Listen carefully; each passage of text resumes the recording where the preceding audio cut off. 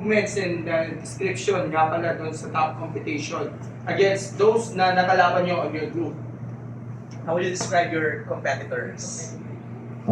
Those riders are the best of the best, and the guy who won second actually almost sweep all the categories in the World Finals. So he's really good, and it's an honor to go against those guys because they really put in the work.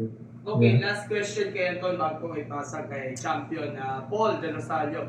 Anton, nakita natin marami tayo mga jet ski races na promising, na nanalo sa international competitions, and of course, unti-unti nakikita yung progress niya sa competition.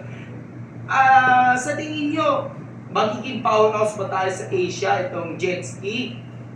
In your opinion? Ganda ng question niya. Kasi archipelago tayo eh, no? Oo, puno ng tubig eh. Oo. I see hope that everyone in the Philippine team right now will eventually get to the highest level because everyone here puts in the work and we all support each other. Okay, last question kay Sir Paul, na kaibigan natin at nakausap natin before. Sir Paul, alam naman natin, marami tayo mga bagong sibol na mga kampiyon sa jet ski like si Anton, si Inigo Ventus, Christine Mercado, and the rest of the delegation na binabantayan at pinupost din natin sa Sports Corner page, FB page. What can you say about sa tremendous growth ng ating mga junior jet ski riders na susunod sa yapak ninyo and eventually magiging world champion katulad ni Anton? Thank you and good evening. Masaya talaga kami po na nakikita natin progreso ng mga bata ngayon. Iba sila ngayon. Kung sasabihin ka lang, itong batch na ito, at talaga nagkakaiba sa mga ibang batches ng kids before.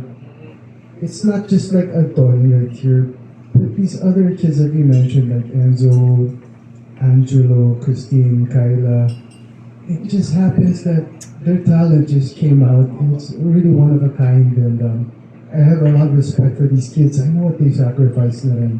And it's like a job as well for them.